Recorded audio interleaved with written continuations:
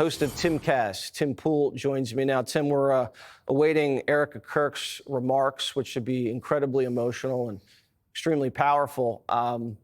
In the meantime, tell us what you know about this shooter. Well, I know much of what you have reported, what everyone's reporting, the statements that were made to The Guardian that he was a leftist. Someone has posted a video claiming to have gone to school with him, and they called him your typical Redditor. And anybody who's familiar with the social platform Reddit knows it is dominated by liberal left ideology. But what's interesting now is there is this gaslighting campaign among prominent liberals to claim that this guy's actually a right-winger, that he's from a Christian conservative family who loved guns, and in fact, he attacked Charlie for not being conservative enough. And they've tried making similar claims pertaining to the man who tried to kill Donald Trump, Crooks, in Pennsylvania. But it is absolutely absurd. I've been dealing with this since the beginning of my career. I have dealt with physical assault attacks from the left, from violent extreme leftists. We called them the Black Bloc back during Occupy Wall Street. This was covered extensively when I was actually championed by the left for documenting Occupy Wall Street, and I was physically attacked by leftists. Even to this day, the death threats that we receive, the security that I have to have every day, it's tremendous. And I don't see the same thing among my liberal counterparts. They don't require the same degree of security. So it's a gaslighting campaign, in my opinion, because in order to maintain the lie that the right is more violent, they do several things. They try to gaslight us in situations like this, that a conservative would shoot Charlie Kirk. He was the greatest tool in the arsenal of conservative values. And they go online, they use these NGOs, these nonprofits, to claim that a run-of-the-mill moderate conservative is the same thing as a white supremacist who wants to overthrow the government. They're so far removed from each other. That's the game they're playing now because they don't want to take responsibility for the rhetoric.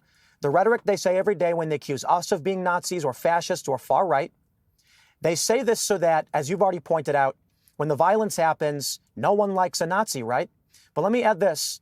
I think the reality now that I've unfortunately had to deal with, that we are all seeing, is that this man who shot Charlie was much closer to mainstream Democrat than any of us wanted to believe.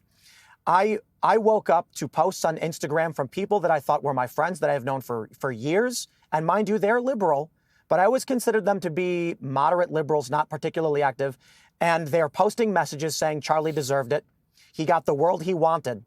And they know who I am, and they know that he was my friend. And I don't understand how these relationships can be repaired. Even friends of mine who are not political, who are, telling me I'm sorry, this happened, they're saying on their Facebooks, there are people posting celebrating this that they didn't even realize were political. And I don't know how we recover from that. So how did that culture begin? You're familiar with the internet, you're familiar with Antifa, you understand the militancy that you see and you encounter when you go into these precincts. This kid, raised with good parents, it seems like, lives a normal life in Utah. How did he snap like that? It's really hard to know, but I've talked about it quite a bit in my research. I'll try and keep it as succinct as I can. The algorithms of social media starting in the late 2000s, in LexisNexis data, you can see the words like racism, white supremacy, fascism skyrocket in their usage in mainstream newspapers and online publications. This was likely due to the big tech platforms prioritizing algorithmic feeds. That is, they were going to show you content that got more engagement. And to the average person, a story of injustice and racism generated anger. Anger is the most likely to generate some content to be shared. It's the most likely to make someone share content. And so what we instantly saw were websites that were posting articles, say, about politics, realize if they write about police brutality, racism, or some kind of social injustice, they will get substantially more clicks, shares, and in turn, money. There was a really good example. It was reported, Mike.com, for instance, originally started as a Ron Paul libertarian website. But as they began posting police brutality videos and made more money off it, the narrative shifted towards left-aligned ideology.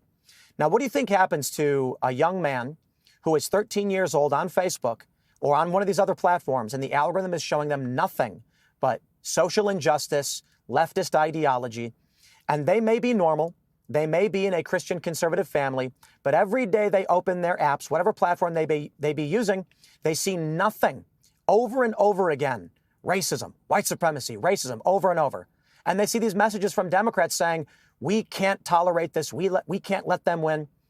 Eventually, their whole world, they live in a paranoid, delusional state where they would accuse Charlie of being racist, of advocating for slavery, exemplified, in fact, by Stephen King posting that Charlie Kirk had advocated the stoning of gays, which he never did, and Stephen King was forced to apologize for. These ideas that they spread through lies and fake news are crazy. You know why? Because the guy lives alone in a cabin in the woods in Maine and just stares at a screen all day. I mean, he's like the perfect example of someone getting spun up by these demonic forces online.